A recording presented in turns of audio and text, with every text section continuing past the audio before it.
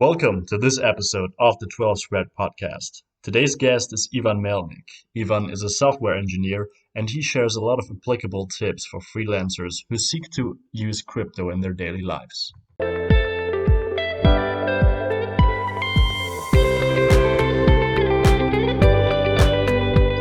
Welcome to this week's episode of the 12 Squared podcast by Base Notes. Today's guest is Ivan Melnyk. Ivan is a freelancer in the crypto space, and I'm very glad that he is here. Ivan, thank you. And thank you, Hi, and welcome to the Felix. show. Hi, Felix. Thanks for hosting this podcast. I'm proud to join it. I've actually heard a lot of parts of it on the Base Note blog part. Yeah, my name is Ivan, and I'm a professional software engineer. So I'm in crypto kind of for a long time. I believe first time I bought the crypto was 2012. Wow, I used to that's early. study yeah, I used to study the information security, and the blockchain is one of the biggest parts of today's information, and especially the all the digitalization of document services. So I was like, hey, this Bitcoin sounds interesting. Uh, I went to the internet and I actually figured out that you need probably maybe 20 hours to just buy a Bitcoin in 2012. Fortunately, I did that. I stored my wallet on my laptop. It was like kind of 10 or 12 or something like that, like really, really small price and really small amount. And maybe 5 years ago or 4 years ago, when it became a thing, I was like, hey, I had this laptop. Where is it? Yeah. And it's actually gone. Oh no. Especially the HDD, because there were no SDDs available for like a small laptops back in that time. So it was like, damn, I probably lost a shit ton of money. Oh, crazy. Yeah, Yeah, that's starting off with a bummer story, but I mean, so the question is like this kind of like pretty much shows how you made your way into crypto, right? So what do you currently do? What's your current job? I'm currently a software engineer in cloud infrastructure. I actually work for old school German company right now, Yeah. but as a side hustle, I prefer to work on a freelance side, and especially I like getting paid in crypto because I think it's a future for freelancing. It opens a lot of opportunities for the customer and especially for the client, to be honest. Just look at that from the perspective of like the most important part of freelance and why people go there and hire specialists, right? It's a money. Yeah. The VAT is not regulated for crypto right now, so you're just simply close to 20% cheaper than the other guys if they accept the payment in euro, or you just do the same amount of work for more money if you look at that from the perspective of the, let's say, software engineer, right? So it's depending on how great the person is, it's either a big plus for clients or a big plus for a professional. But in the end, both of them are actually quite regulated and can work together for like a decent price without involving the special transaction fees from I don't know, it's like Upwork 15% or something like that. It's based on the people's trust right now, which is kind of Yeah. inspiring. Yeah, I found that also a beautiful vision that, we finally get back to a system of trust, I guess. Yeah, Because I think that the kind of the legal system in a way, is an advantage over just like a society where you need trust, but it also kind of crowds out a little bit of the trust, and then so you don't trust anyone anymore because you basically outsource this kind of thing to the legal system, in my opinion. The- What kind of service, just out of curiosity, what kind of services do you offer on those website on the platforms? I actually currently work for the IP telecommunication solution for prisons. Ah, It's kind of an unexpected topic, but yes, I actually do that because there are people which need a way to communicate, which need to talk to their relatives. And in the end, in some of the countries, there are no possibilities to do that without regulation. And for example, Facebook Messenger is not regulated by the government. There's always a special request from the government for this data to be processed and how it should be processed. So, and that one is actually been on the cryptocurrency world side. The agreement is based on the, of course, fiat currency, but the amount which is currently paid is in crypto.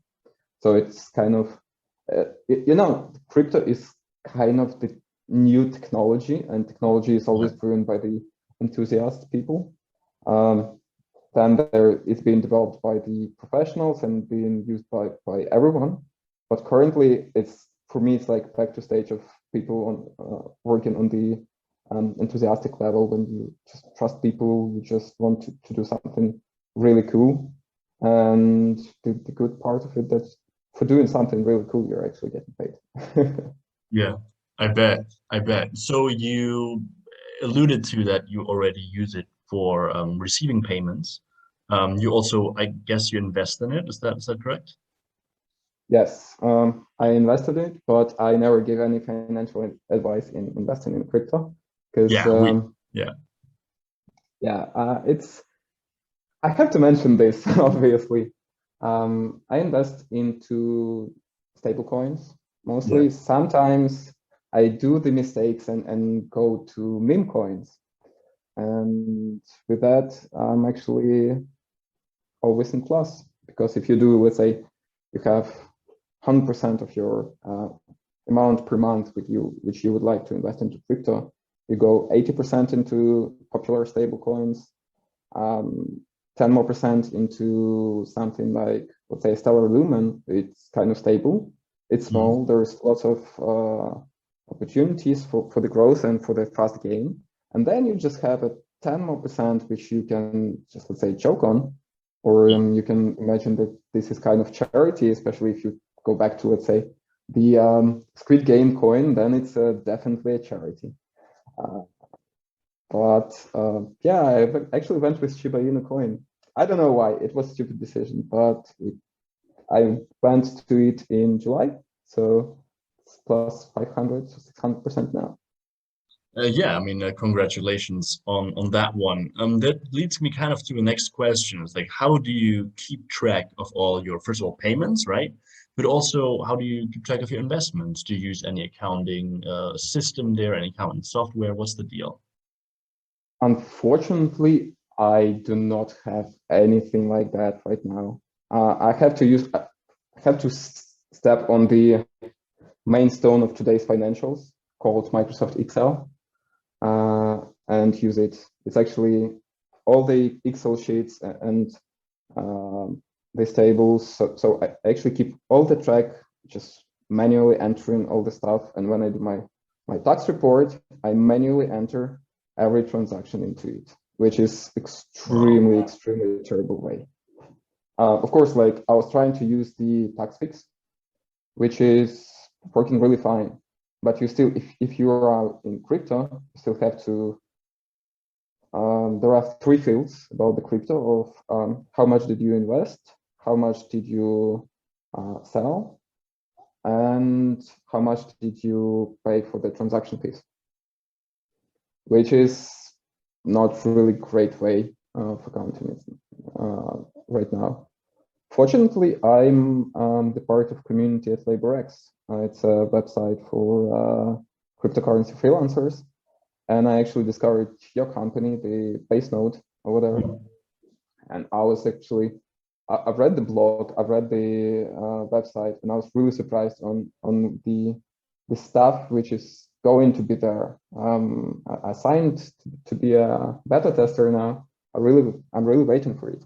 It can help me to save at least 10 hours per year. I mean, that would be amazing for us because you see, at the end of the day, we're a company, but our vision was always to drive mainstream adoption of this, right? Because we basically looked, at ourselves and thought, okay, what is going to be a better world how do cryptocurrencies fit into that? And I think that mass adoption of this just and facilitating payments between people without any central entity, having any say in that was something that is very liberating. I think, as I'm located in Germany, right? Very few people here actually get that argument. As in they feel like, all right, I mean, my transactions are safe anyway, and nobody ever got in the way of my transactions. But then you go into other countries where it's basically a very daily thing that some transactions cannot be done, just cannot be done. And I think that for those people, it's a very beautiful vision, I think, to have such a decentralized and censor-resistant technology. What is, I mean, not to lay any words in your mouth there, like just by saying that, but like, what is your kind of vision? How would you imagine a world in which cryptocurrency adoption is much more broad than it is now? That's actually a really interesting topic. I think that first of all, Bitcoin is currently a lot of companies actually accept it, but I don't think it would be like the main cryptocurrency of the future world. I think something built on Lightning Network, some kind of fork of Ethereum should be like the next big stone in this like today's new world. Look back at why the crypto was invented. So people wanted to see where the money goes, why they go there, and they wanted to be independent in case of having transactions. Let's say I want to send the money on Sunday night, and I don't. My bank doesn't support the instant transfer, so I have to wait till at least 9 a.m. in the morning to make the transfer, and then a friend of mine has to wait, or a customer, a client has to wait up to 10 more hours to receive this. It's just ridiculous in today's world. It's just too fast to waste time on waiting. So like, I see that the crypto, first of all, it will become way more easy accessible. It should become way more easy accessible. It should become way more accountable.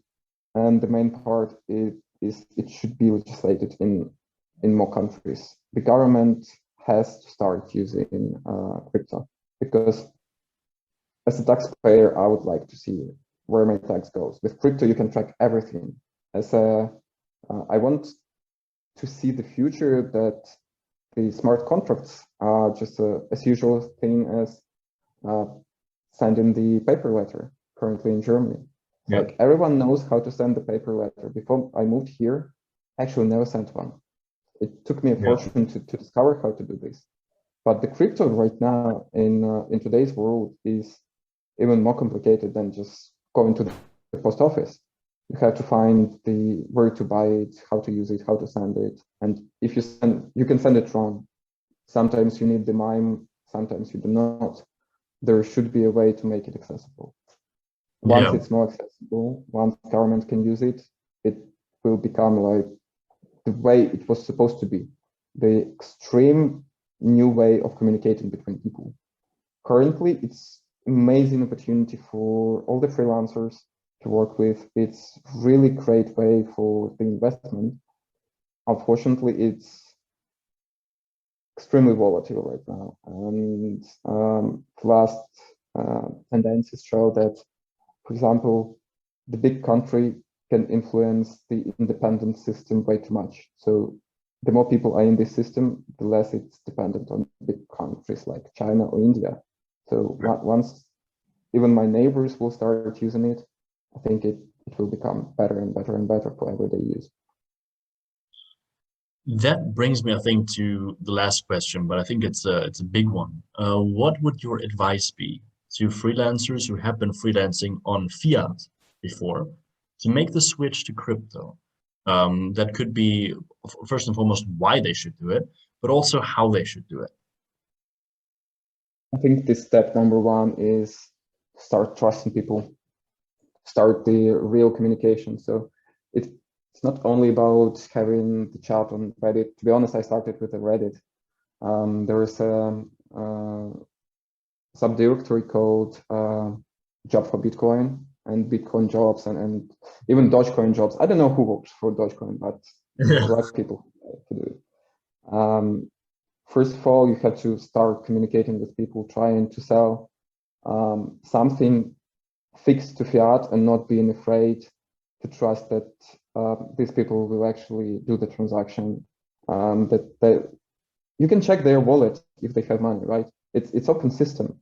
So you just communicate to them, you agree with something, and then in the end, you just do the work with fixed amount on the fiat currency, but receive the virtual cryptocurrency, which is obviously sometimes a bit scary. For example, what if I do the work for 10,000, but the next day US government announces more tax on crypto and it's not 10,000 anymore. But if you look back, for example, in January, if in January you did something for 10,000, then right now it's how much? 54, 55 in crypto. If you stick to Bitcoin, it would be around 75 if you stick to Ethereum. Sometimes it's risky, but going back to the question, I'm sorry. Going back to the question, I'll say first step, trust people. Second, communicate and try to sell the job for something which is risky enough. And the third one is just do your job great. Once you start having like first client, second client, all the freelancers know that first 5 clients are the most complicated part. And then you can simply ask the people you work with, hey, would you mind if you send me money from another currency just using the, let's say, Coinbase? It's not the ad, I'm just using it. Or just using the Binance or something else. It is easier than doing the Swift transfer. It is way easier. And it is way faster. It's just about communication. That's I think very, very compelling actually.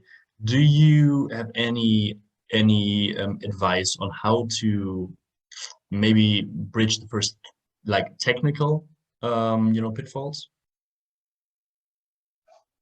I think the biggest technical pitfall is not to have the backup. But so you always start with the fact that you need a wallet, and people, not all the people understand that this wallet could be absolutely not related to the, let's say, wallet provider like a bank is right in today's world. So you just go to somewhere where you can buy crypto like Coinbase, you register there, you already have the wallet for all the crypto they have. Then you just use the QR codes to send the money, or you just use copy and paste the hash of the wallet. It is as simple as copying and pasting the IBAN for the everyday transaction for electricity, let's say. It is really easy. The biggest technical pitfall is never trust unverified applications. Never trust something like, isn't it weird to trust the coin which is called following the Hype series? You should always rely on Trustpilot Mark. I don't know. You should always read the license agreement. For example, if you go to one of the most talkable crypto previous month, the SafeMoon, the license agreement says that the coin burn system actually includes the coin burn from your wallet. So you invest 50, you still have 50, but the amount of coins is going down. Why would you go to such an application? That's I think if you want to sum it up as in there's a lot of opportunity out there, but you are responsible for reading it. You're responsible for making sure that you agree with all the rules that apply. So I think that's a great starting point. Yeah. I would actually recommend going to just like pure crypto world in this case. So you can buy crypto on Revolut, you can buy crypto on eToro, I don't know, on Robinhood, but you do not actually own this crypto. You cannot send it, you cannot receive it in crypto. It's just the equivalent of the money you spent and the equivalent of the money you can have. But if you go to the top market crypto providers like Binance, Coinbase,